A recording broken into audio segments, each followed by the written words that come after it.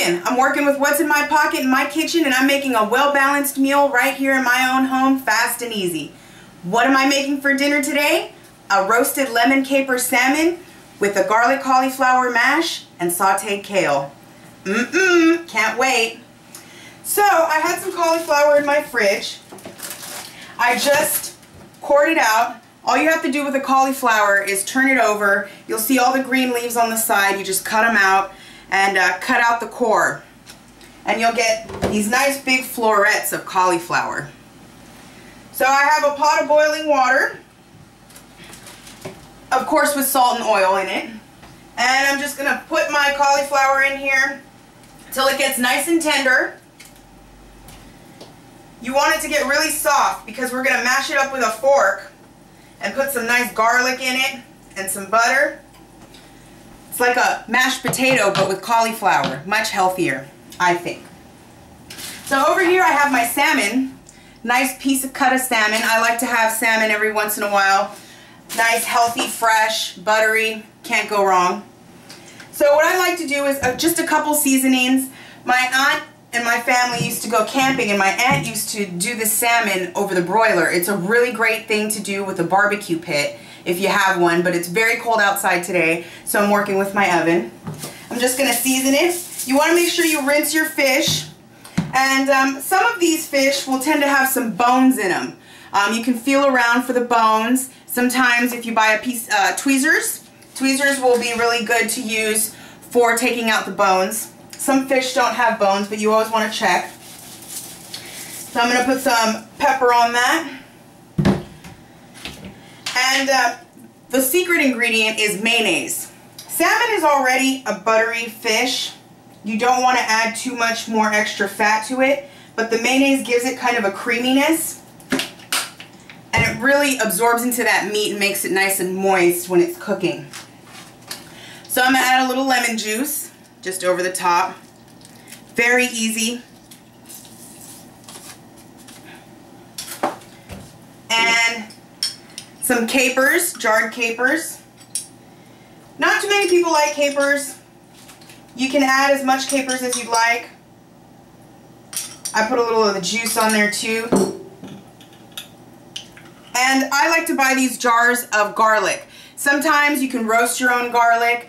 Jarred garlic is just as good. This is pureed. It has a little vinegar in it, so you got to be careful what dish you use it for, because sometimes the vinegar will overpower the dish. In this case, it's fine to use the mashed garlic. So I'm just going to put a couple spoons of that on there. And last but not least, some green onion. Can't go wrong with green onion. I'm going to start my pan up, and we're going to start doing the sauteed kale. Alright, so this is our fish now. Looks delish. Now what I want to do is just rub everything into the meat. That whole mixture is going to get absorbed into the meat. All that lemon juice, all the green onion flavor, the garlic, mayonnaise, capers. It's going to be a nice counterbalance for the butteriness of that fish. So, here we go. There's the salmon. Now all you have to do is take the foil and kind of wrap it around like the fish, kind of like a tent. And you're just going to cook it in the oven at 350. And it's going to get like a nice charred taste to it too. Alright, now for that kale. So kale is the new spinach. It's green, it's fresh, it's got a sweetness to it. You can use it for coleslaw, salad. They have a lot of variety packs with kale in it now, salad packs. And you can use it in soups. I'm going to saute it with some garlic, some little salt and pepper. And it's a well-balanced vegetable. I love to have some kale every now and then. It gives your vegetables variety when you get tired of spinach or lettuce. I also found this crostini. It's an Asiago loaf. I'm going to cut it up and make crostini out of it. You can do many things with this. You can use it as toast. You can make a bruschetta with some basil, mozzarella, and roasted tomatoes.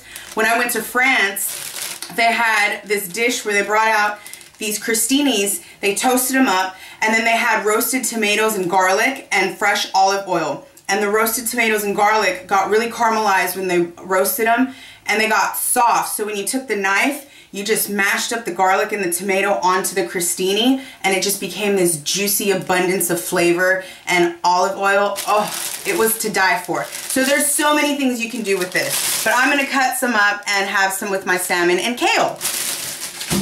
Very good to have. All right, so our oil should be hot now. I just put a little vegetable oil in the pan.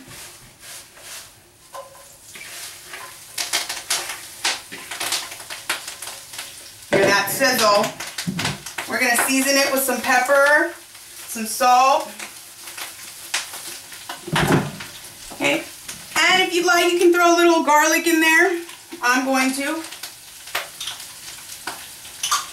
It'll match up the cauliflower. It's all about using everything you have in your fridge. All right, now let's toss that up. Doesn't take very long to cook.